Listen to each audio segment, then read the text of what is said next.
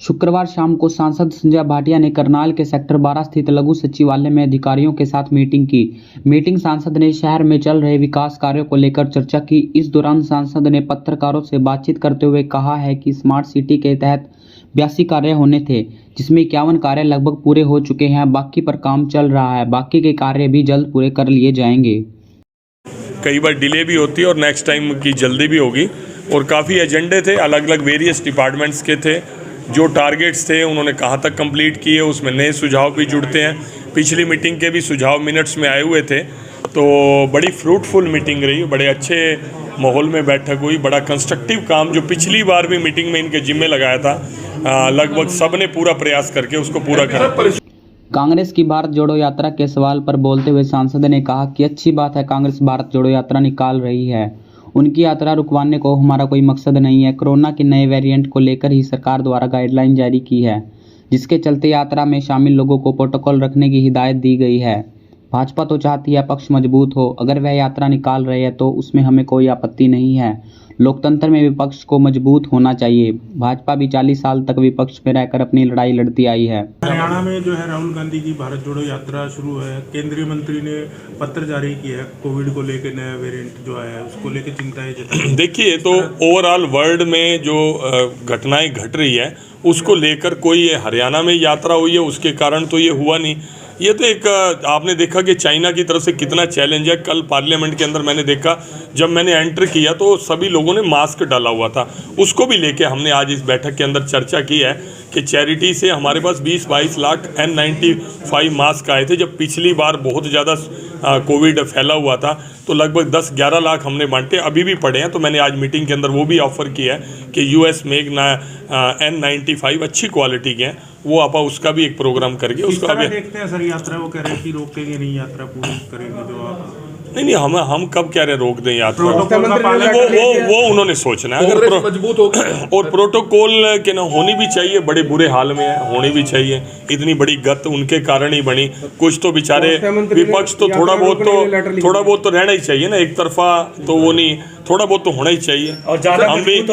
हम भी भगवान से प्रार्थना करें, ज्यादा वो थोड़े बहुत के लिए कह रहे हैं, आप ज्यादा के लिए वो कोई बात नहीं। खतरे में क्या दिक्कत है? बीजेपी तो 40 साल विपक्ष में रहकर भी आज दुनिया का सबसे बड़ा सिंगल लार्जेस्ट पार्टी ऐसी है कि जिसकी सदस्य संख्या पूरी दुनिया में सबसे ज्यादा। कोई दिक्कत।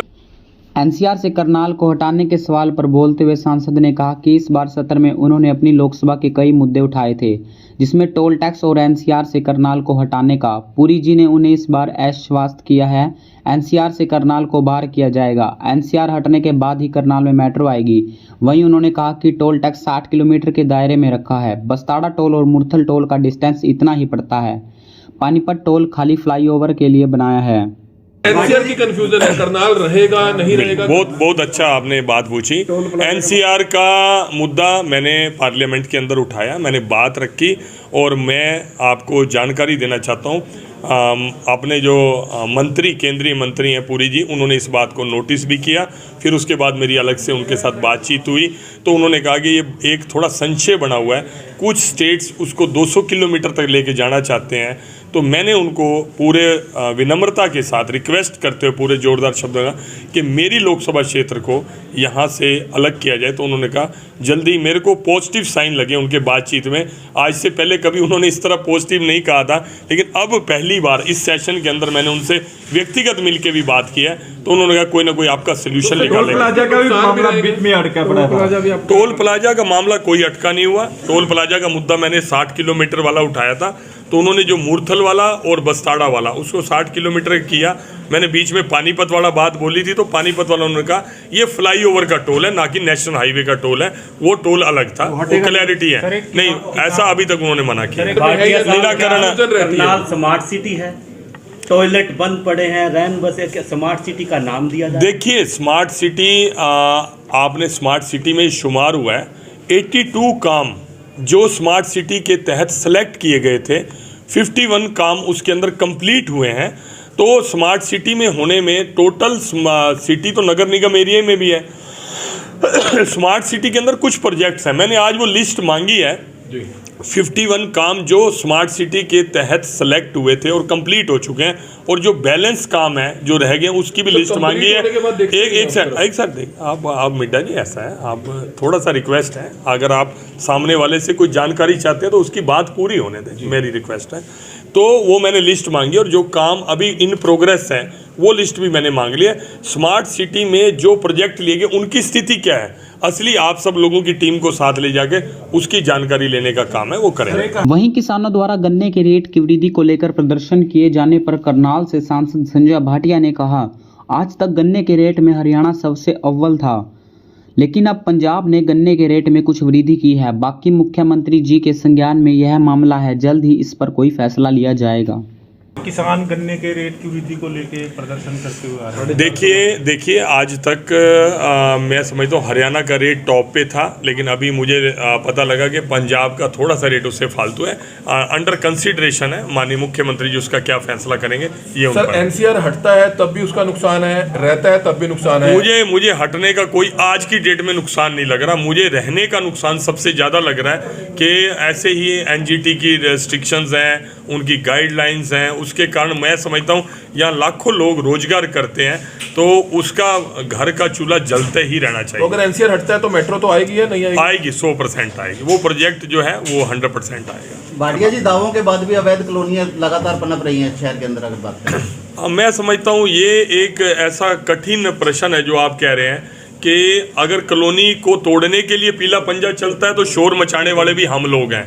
हम ही बोलते हैं कि ये देखो गरीब का मकान ढा दिया, गरीब का फलाना, उनको रोकने के लिए उनकी रजिस्ट्री रोकती हैं, उनके पानी की सुविधा नहीं होती, उनकी बिजली, हम ही लोग उसको करते हैं। और जब वो रोकते हैं तो हम कहते हैं मानवीय संवेदना के आधार पर कि चलो हर आदमी का हक है बिजली पानी के ऊपर, रोकने की कार्रवाई होती है तो उसकी भी आलोचना होती है, नहीं हो रही तो आज आपका वो भी प्रश्न। भाटिया जी, संद में फिर तोड़ दी गई, लेकिन अवैध कॉलोनियां शहर में ज्यादा बन रही हैं। पहले जो जितनी कॉलोनियां बनी, जो जिनको अनऑथराइज बोला जाता था, तब हम ही मांग करते थे कि यार इनको ऑथराइज किया जाए। सरकार ने ऑथराइज कर दिया, जितनी स्पीड से ऑथराइज करा उतनी स्पीड से अनअप्रूव्ड कॉलोनियां। सर सेक्टर 5 कहानी बहुत बड़ी है। करनाल जिले में एक तहसीलदार है, ये लास्ट में ये विषय आया, मुझे नहीं पता आप खड़े थे अंदर नहीं खड़े थे, मैंने ये विषय लिया है और मैंने बोला है उनको। एक नीलोखेड़ी के तहसीलदार अभी बाहर में आया तो लोग रजिस्ट्री कराने के लिए दिक्कत में खड़े थे, उन्होंने मुझे बताया, उन्होंने कहा भी एक निशानदेही के लिए गए हुए थे, ये था, उन्होंने मेरा डी साहब से मैं पूरी बात कर लूँ, एक बार पूरी बात कर लूँ, एक बार पूरी बात कर लूँ, आप मेरा पूरा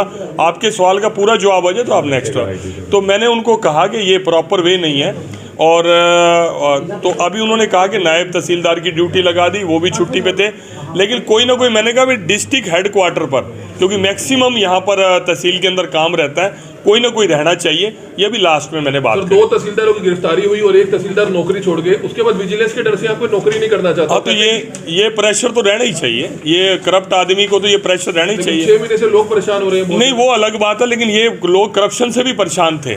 आप मीडिया के लोग, हम लगातार करप्शन के इश्यूज उठाते थे, परेशान थे। थोड़ा सा ये जिसको कहते हैं ट्रांसफॉर्मेशन वाला पीरियड है, लोगों ने इसको करप्शन को अपना एकाधिकार मान लिया था, कोई डर भय उस बात का कम था, तो डर भय पैदा हुआ है, तो उसमें आप लोगों को मदद, उसमें आपको उसको लेके आपको मदद करनी चाहिए, ये अवेयरनेस करनी चाहिए।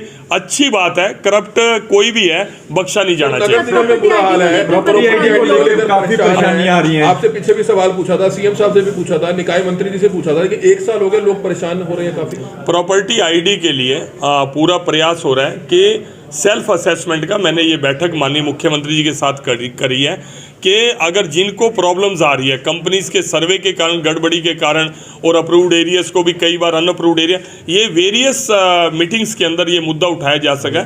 और मैंने अभी सेल्फ असेसमेंट का एक फार्म भी अपने साथियों के साथ मिलके उसको क्रिएट किया और मैंने सीएम साहब के सामने रखा है। मुझे लगता है कि जल्दी इसका निराकरण हो जाएगा। तहसीलदारों की कमियों के सवाल पर बोलते हुए सांसद ने कहा कि जिले में तहसीलदारों की कमी है, इसको लेकर भी मीटिंग में चर्चा की गई है। इसके अलावा भी कई गहन मुद्दों पर मीटिंग में चर्चा की गई है।